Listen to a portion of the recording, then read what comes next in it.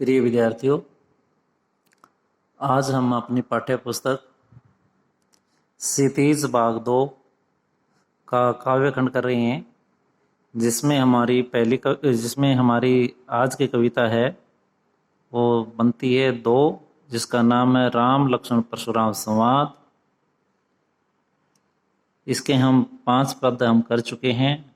आज हम 6ठा पद करेंगे। पीछे आपने देखा राम और लक्ष्मण और परशुराम जी के संवाद वो कैसे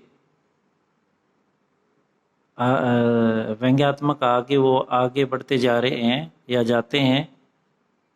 तो उन्हीं संवादों को हम पद 6 में करेंगे। देखते हैं आगे किस तरह के व्यंग्यात्मक शब्द वे लक्ष्मण और परशुराम जी करते हैं। तो पद 6 बनता है ये, और आशा है कि पीछे वाले पद आपको अवश्य ही समझ आ गए होंगे। तो देखिएगा, हम एक बार इसको पढ़ते हैं। कहेउच लक्ष्मण मुनि शील तुम्हारा, को नहीं जान विदित संसारा। माता पितः उरिन भय नीके, गुरु ऋण रहा सोच बड़े जी के। सो जनो हमरे माथे काढ़ा, दिन चली गए ब्याज बड़ बाढ़ा। अब आनये व्यवहार यह बोली, तुरंत देव में थैली खोली। सुनी कटु वचन कुठार सुधारा, हाय हाय सब सभा पुकारा।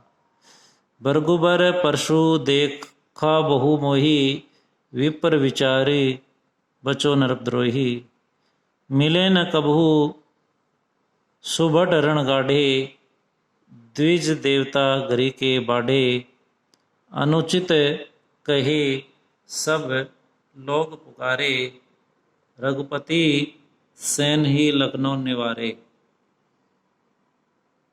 लखन उत्तर आहुति, सरिस बरगु कुल कोपु कृशानो। बढ़त देखी जल सम वचन बोले, रघुकुल मानो। तो अब हम इसकी व्याख्या करते हैं। तो देखिएगा,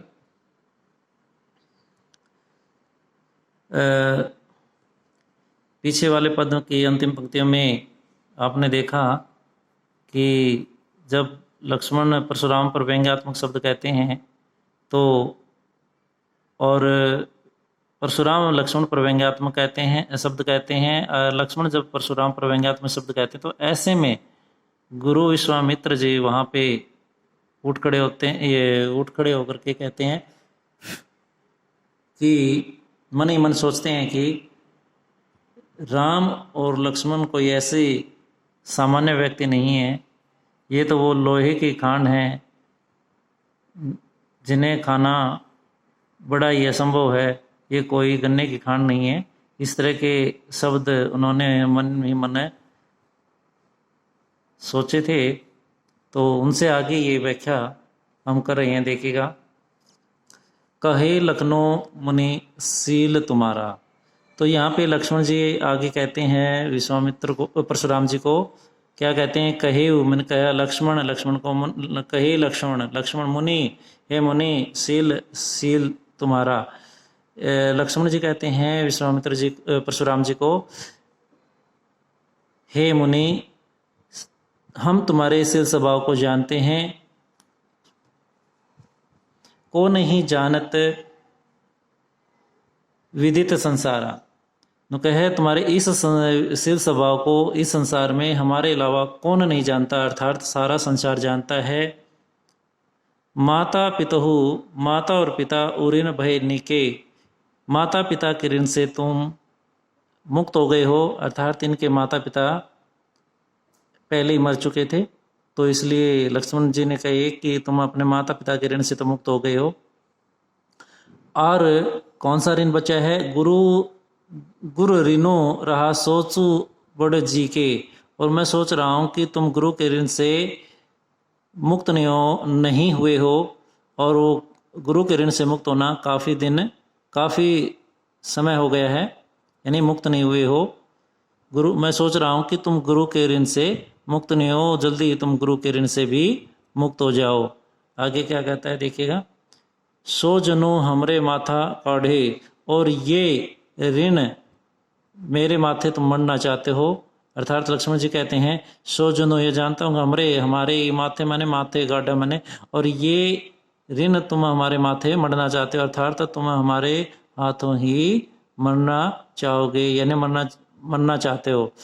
दिन चली गई ब्याज बड़ बाढ़ा, यानी इस गुरु के ऋण से मुक्त होने के लिए क्या कहा गया है, दिन हो गए हैं, ब्याज काफ़ी दिन हो गए हैं, ब्याज भी बढ़ गया होगा।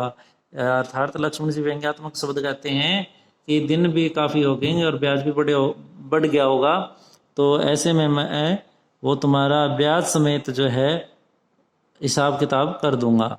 तो आगे देखिए, अब अनी व्यवहार बोली, अब आनी बुला लीजिए, व्यवहार मैंने व्यवहार हिसाब किताब करने वाले को बोली बने, इसके लिए प्रयोग किया गया है, यानी हिसाब किताब करने वाले को अब बुला लीजिएगा, जो भी बनता है तुम्हारा हिसाब किताब वो मैं अब कर दूंगा। तुरंत देव मैं थैली खोली, और यहीं तुरंत ही जो बनता है तुम्हारा थैली खोल करके जो तुम्हारा हिसाब किताब बनता है वो मैं दे दूंगा। सुनी कटु वचन कुठार सुधारा, इस तरह से लक्ष्मण के कटु वचनों को सुन करके, सुनी कटु वचन, कठोर वचनों को सुन करके परशुराम जी ने क्या किया है, परशे को संभाला, सुधारा। हाय हाय सब सभा पुकारे, ये सब देख करके सभासद, जो वहाँ पे उपस्थित सभासद थे, अर्थात जो लोग थे, जो राजा महाराजा थे, वो क्या कहने लगे, हाय हाय सब सभा पुकारे, वो जो है पुकारने लगे, हाय हाय अर्थात त्राहिमाम त्राहिमाम, बचाइए बचाइए, इस तरह से वो पुकारने लगे। ऐसा मत कहिए, लक्ष्मण को के बारे में भी कहा, और ऐसा नहीं कहना चाहिए, ऐसा मत करो। तो वो दुखी होकर के, परेशान होकर के वो जो है हाय हाय सभा में पुकारने लगे। आगे क्या कहा है, भरगु बर परशु देखा बहु मोई, हे परशुराम जी तुमने मुझे काफ़ी बार परछा दिखाया है। लक्ष्मण जी कहते हैं कि तुम मुझे क्यों बार बार परछा दिखा रहे हो, बहुत बार तुमने मुझे परछा दिखा करके व्यर्थ ही मारने का ढोंग कर रहे हो, तुम केवल मुझे परछा ही दिखा रहे हो। आगे क्या कहते हैं, विप्र विचारे बचो नरद्रोही, तो लक्ष्मण जी कहते हैं विप्र मैंने ब्राह्मण, विचार करके समझ करके बचो, छोड़ रहा हूँ, नरद्रोही, हे राजाओं का द्रोह करने वाले, दमन करने वाले, मैं तुम्हें ब्राह्मण समझ करके अब तक छोड़ रहा था। आगे क्या कहते हैं, मिले न कबू सुबट रण गाड़े, और लक्ष्मण जी कहते हैं कि हम कभी मिले नहीं, कबू मैंने कभी, सुभट रण गाड़े, हमारे जैसे वीर योद्धा युद्ध क्षेत्र में, तुम्हें ऐसे वैसे जो है शत्रु मिले होंगे, योद्धा मिले होंगे, जिन्हें तुम्हें मार कर अपनी यश गाथा तुम गा रहे हो। तो लक्ष्मण कहते हैं कि हमारे जैसे वीर योद्धा युद्ध भूमि में नहीं मिले होंगे। द्विज देवता गृह के बाडे, और लक्ष्मण जी कहते हैं कि ब्राह्मण और देवता घर में ही अच्छे लगते हैं। क्या है, लक्ष्मण जी कहते हैं कि ब्राह्मण और देवता तो घर में ही उन्हें रहना चाहिए, वो घर में ही अच्छे लगते हैं। आगे क्या कहा है, अनुचित कहे सब लोग पुकारे, सभा में उपस्थित सभी लोगों ने पुकारते हुए क्या कहा, लक्ष्मण तुम ठीक नहीं कर रहे, अनुचित कह रहे हो, गलत कह रहे हो, ऐसा जो है वहाँ उपस्थित लोगों ने कहा। रघुपति सैने, श्री राम सैन मैंने देखा, लखनऊ निवारे, लक्ष्मण ने, ठीक है, लखनऊ निवारे, लक्ष्मण ने देखा, सैन मैंने की ओर, नहीं लक्ष्मण ने श्री राम की ओर तिरछी आंखों से, यानी टेढ़ी आंखें करके, तेजी तिरछी निगाहों से, यानी उसकी ओर देखा। कहने का मतलब यह है लक्ष्मण ने श्री राम की ओर देखा। आगे क्या है, लक्ष्मण की ओर देखा। आगे क्या है, लक्ष्मण उत्तर आहुति सरिस बरगु बर क्रोपु कृषाणु।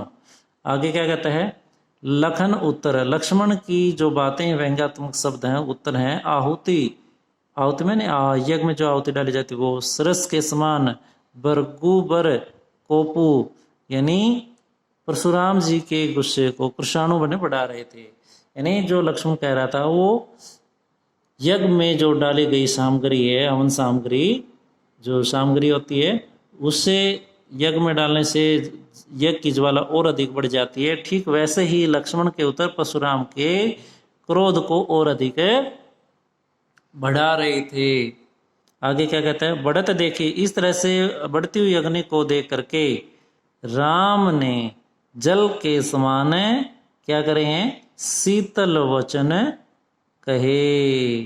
यानी बढ़ती हुई ज्वाला को देख रहे, बढ़ते हुए क्रोध को देख करके राम ने जल के समान शीतल वचन कहे। तो ये आज की हमारी व्याख्या बनती है। तो इस तरह से हमारी कविता दो राम लक्ष्मण परशुराम संवाद वो व्याख्या के तौर पे पूरी हो जाती है। आगे हम इसके छोटे क्वेश्चन और अभ्यास के प्रश्न वो करेंगे। आज के लिए इतना ही, धन्यवाद।